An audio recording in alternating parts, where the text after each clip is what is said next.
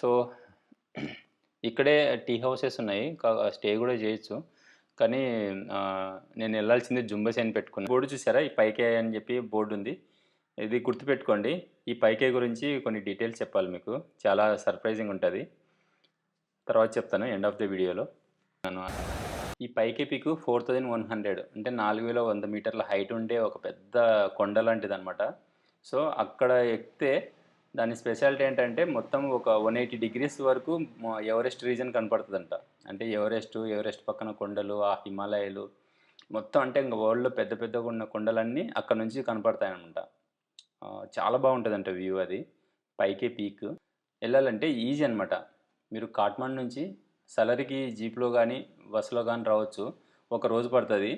ఆ సలరి నుంచి మళ్ళీ ఇక్కడికి రావడానికి ఒక రోజు పడతదనమాట. అంటే 2 డేస్. ఇక్కడ నుంచి పైకెళ్ళడానికి ఇంకొక రోజు. అంటే ఒక 3 రోజులలో అంటే కాట్మాండు దిగిన 3 రోజులలో మీరు ఈ పైకే పీక్ ట్రెక్కింగ్ కంప్లీట్ చేసుకోవచ్చు. ఏదో ట్రెక్కింగ్ చేసినట్టు ఉంటది.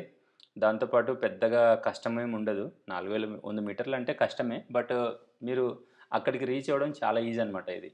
సలరికి జీప్ వరకొచ్చేసి అక్కడి నుంచి ఒక రోజులో దీన్ని ట్రెక్కింగ్ చేయొచ్చు.